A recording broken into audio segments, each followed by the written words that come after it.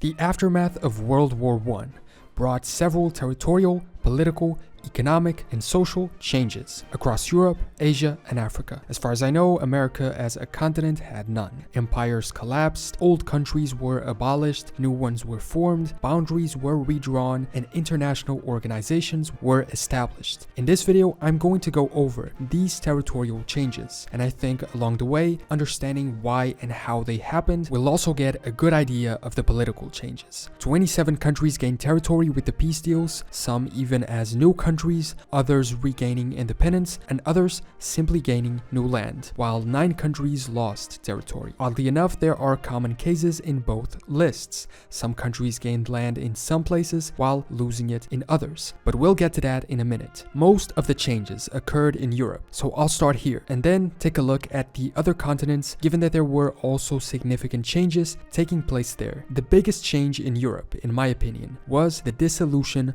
of the Austro-Hungarian Empire. Several new countries gained full independence: Austria, Hungary, Czechoslovakia, Yugoslavia, originally called the Kingdom of Serbs, Croats, and Slovenes. The boundaries of Romania were also expanded at the cost of the Habsburgs' Hungarian lands, the reasoning behind it being to include as many Romanians as possible within its borders. The southern half of the county of Tyrol and Trieste were granted to Italy too, and Austria and Hungary themselves were separated into 2 distinct, fully independent countries. Worth mentioning that Austria actually gained a small territory from Hungary, or Videk, since while being united in the empire before, there were already demarcation lines between the two. I would say the dissolution of this empire is the most significant event when it comes to a political and territorial change between before and after World War I, because it was absolutely permanent. A previously gigantic and strong empire was completely gone. While Germany eventually recovered its land, as did Russia, the Habsburg Empire, having lasted for centuries, was gone. The new Austrian and Hungarian republics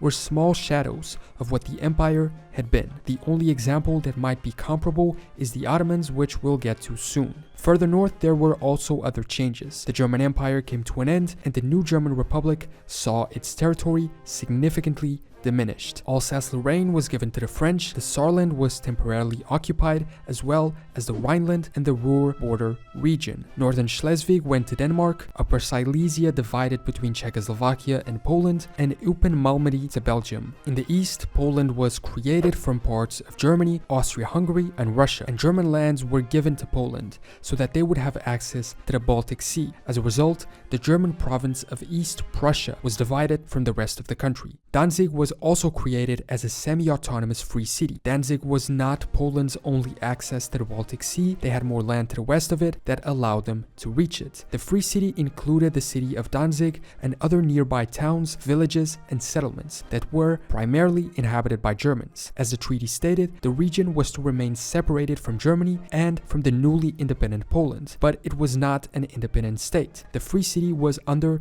League of Nations protection and was put into a binding customs union with Poland. To the northeast, 3 other Baltic nations were created: Estonia, Latvia, and Lithuania, previous territories of the Russian Empire, as was Poland, which were created as a consequence of both the Russian Revolution and the Russian separate peace deal against the Germans in the war. Given that the 2 events are directly related, the Germans had other plans for this region should they have won the war, but since they lost it, it was the Entente that ensured these 3, along with Poland, got their full independence, although it was about to be again interrupted before fully achieved. This independence from the Russians also took place in Finland, who gained a lasting independence, but these weren't the only territories that the Russian Empire lost. Romania gained Bessarabia from them, and all the way in the east, the Russian concession in Tianjin was occupied by the Chinese. Armenia, Georgia, and Azerbaijan were established as independent states in the Caucasus region. However, after the withdrawal of the Russian army in 1917, Turkey captured a part of the Armenian territory, and these territorial losses became permanent. Eventually, the Russian Red Army arrived, and all three countries were proclaimed as Soviet republics in 1920, and over time were absorbed into the Soviet Union. France got the territory gains we saw in Alsace-Lorraine, a territory that had historically been theirs, but was ceded to Prussia in 1871 after the Franco-Prussian War. Also extremely important was the participation of French colonial troops in the war. When these soldiers returned to their homelands, they felt like they had not been properly rewarded, and so they became the basis of some pro-independence movements in these regions, paving the way for future territorial changes with decolonization. So an indirect territorial change consequence of the war. Not exactly as a consequence of the peace deals, but coinciding in the same time, sort of, the British lost most of Ireland as the Irish Free State gained independence. Greece gained Western Thrace from Bulgaria, which had sided with the defeated Central Powers in the war. This way, Bulgaria lost its direct access to the Aegean Sea and the Mediterranean, only accessing the Black Sea and forcing them to go through the Turkish Straits in order to reach it. They also lost some other minor territories, about 2,500 square kilometers of their border with the new Yugoslavia, and returning Dobruja to Romania as well. Italy also got a few territories, and we saw the ones they got from Austria, but also some in the Balkans and Adriatic Sea. Let's sum them all up. Tyrol, Istria, the port of Trieste, the Krezlozine archipelago, and the Hungarian port of Rijeka, northern Dalmatia, part of the Austrian duchies of Carniola and Carinthia, the Dodecanese Islands held by Italy since 1912, the port of Vlor in Albania, a protectorate over all of Albania, and small border gains in Africa. And most of all, in the event of the partition of the Ottoman Empire, Italy was supposed to obtain a just share of the Mediterranean regions adjacent to the province of Adalia. This is a key aspect because this particular partition of the Ottoman Empire didn't happen. The Treaty of Sèvres was a 1920 treaty signed between the allies of World War I and the Ottoman Empire. The treaty ceded large parts of Ottoman territory to France, the United Kingdom, Greece, and Italy. We can see it here on this map. Essentially, Turkey would be reduced to this area in yellow/gold, completely destroyed and occupied. Even Istanbul and the zone of the Straits would have international government, apparently. This treaty obviously didn't happen, being replaced by the Treaty of Lausanne, which assured West Thrace and Anatolia remained entirely Turkish and simply divided the Middle Eastern areas between France and the United Kingdom, as we can see here. The French were granted a mandate over Lebanon and Syria, while the British were granted mandates over Iraq, Jordan, and Palestine. These borders still cause trouble to this day because they didn't entirely account for religious, tribal, community, and other types of important differences between local populations. And so, understanding the territorial changes in the Middle East, we arrive in Asia. Let's take a look at which other territorial changes took place in the continent. We already mentioned how Russia and Austria lost their concessions in China. But what else changed? Germany had a sphere of influence on the eastern coast of China, the Shandong province. Both China and Japan were members of the Allies, opposing the Germans. But the Treaty of Versailles awarded Shandong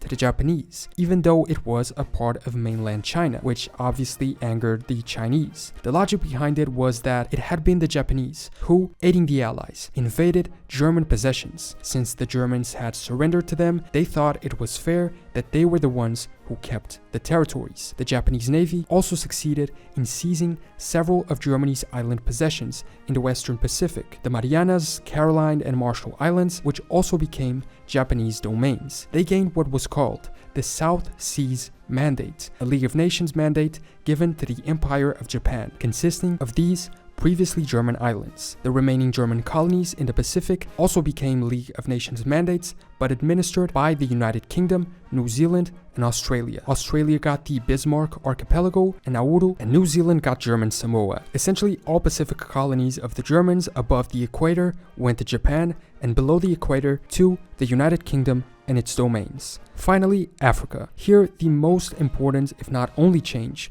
was the complete end of the German colonial empire. All territories that had been previously part of the German colonies were distributed amongst some of the winners of the war. The United Kingdom and France divided German Cameroon and Togoland. Belgium gained Rwanda Urundi in northwestern German East Africa. The UK obtained by far the greatest landmass of the colony, thus gaining the missing link in the chain of British possessions, stretching from South Africa to Egypt, Cape to Cairo. Portugal, which mostly entered the war to defend their African colonies from the Germans who bordered them in the African continent, simply retained what they had and gained control of the Kionga Triangle, essentially just a port in German East Africa. South Africa gained control of German Southwest Africa, which eventually became Namibia. So, with all these cases, we are able to understand how World War I, through its peace deals, reshaped a big part of the world. Not only did it change territorial organization at the time, but also determined the basis upon which many of our current borders